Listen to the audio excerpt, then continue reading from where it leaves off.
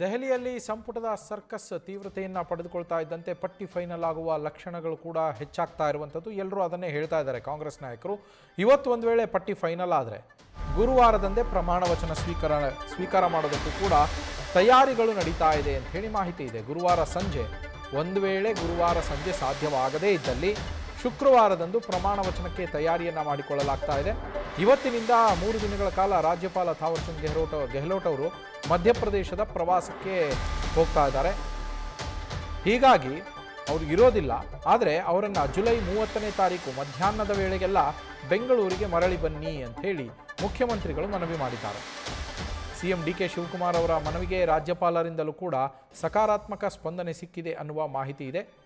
Governor ಅವರು ಪ್ರವಾಸವನ್ನು ಮುಗಿಸಿ ವಾಪಸ್ ಆಗ್ತಾ ಇದ್ದಂತೆಯೇ ಜುಲೈ 30ನೇ ತಾರೀಕು ಸಂಜೆಯ ಸಂದರ್ಭದಲ್ಲಿ ಪ್ರಮಾಣ ವಚನಕ್ಕೆ ಸಿದ್ಧತೆಗಳನ್ನು ಮಾಡಿಕೊಳ್ಳಲಾಗ್ತಾ ಇದೆ. ನಮ್ಮ ಪ್ರತಿನಿಧಿ ಹರೀಶ್ ಫೋನ್ ಸಂಪರ್ಕದಲ್ಲಿದ್ದಾರೆ.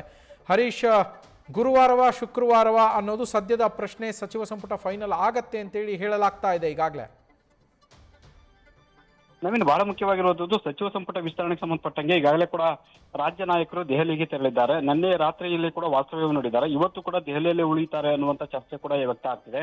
ಇದೆಲ್ಲದ ನಡುವೆ ಇವತ್ತು ವೇಣುಗೋಪಾಲ್ ಮಲ್ಲಿಕಾರ್ಜುನ ಖರ್ಗೆ ಸುರ್ಜೇವಾಲಾ ಜೊತೆ ಮೊದಲ ಹಂತದಲ್ಲಿ ಮಹತ್ವದ ಮಾತುಕತೆ ನಡೆಸ್ತಾರೆ. ನಂತರ ರಾತ್ರಿ ಲೋಕಸಭೆ ಪ್ರತಿಪಕ್ಷ ನಾಯಕ ರಾಹುಲ್ ಗಾಂಧಿ ಅವರ ಜೊತೆ ಸುದೀರ್ಘವಾಗಿ ರಾಜ್ಯ ನಾಯಕರು ಚರ್ಚೆ ನಡೆಸ್ತಾರೆ. ಅಂದ್ರೆ ಸಿದ್ದರಾಮಯ್ಯ, ಡಿಕೆ ಶಿವಕುಮಾರ್, ಬಿಕೆ ಹರಿಪ್ರಸಾದ್ ಮೂವರು ನಾಯಕರು ಪ್ರಮುಖವಾಗಿ ಒಂದೊಂದು ಪಟ್ಟಿಯನ್ನು ಕೊಟ್ಟಿದ್ದಾರೆ. ಆ ಪಟ್ಟಿಗೆ ಸಂಬಂಧಪಟ್ಟಂಗೆ ಒಂದು ಚರ್ಚೆ ನಡೆಸ್ತಾರೆ. ಮತ್ತೆ ಪ್ರಮುಖವಾಗಿ ಹೈಕಮಾಂಡ್ ಕೂಡ ಒಂದು ಪಟ್ಟಿ ಇದೆ.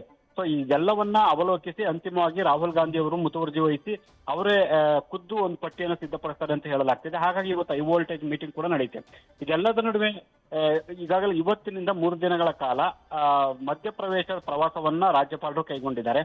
ಸೊ ಅವರ ಪ್ರವಾಸದ ನಿಗದಿಯಂತೆ ಅವರು ವಾಪಸ್ ಆಗ್ತಾ ಇರುವಂತದ್ದು ಗುರುವಾರ ರಾತ್ರಿ 10:45 ಹಾಗಾಗಿ ಸಿಎಂ ಡಿಕೆ ಶಿವಕುಮಾರ್ ಅವರು ನಿನ್ನೆ ದೂರವಾಣಿ ಮೂಲಕ ರಾಜ್ಯಪಾಲರ ಜೊತೆ ಚರ್ಚೆ ನಡೆಸಿದ್ದಾರೆ ಅಂತ ಹೇಳಲಾಗ್ತಿದೆ.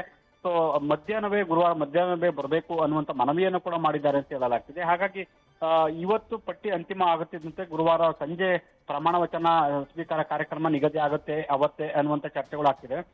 ಒಂದು ವೇಳೆ ಅದಾಗದೇ ಇದ್ದಲ್ಲಿ ಶುಕ್ರವಾರ ಖಚಿತ ಅನ್ನುವಂಥದ್ದು ಕೂಡ ಈಗ ಕೇಳಿಬರ್ತಿದೆ.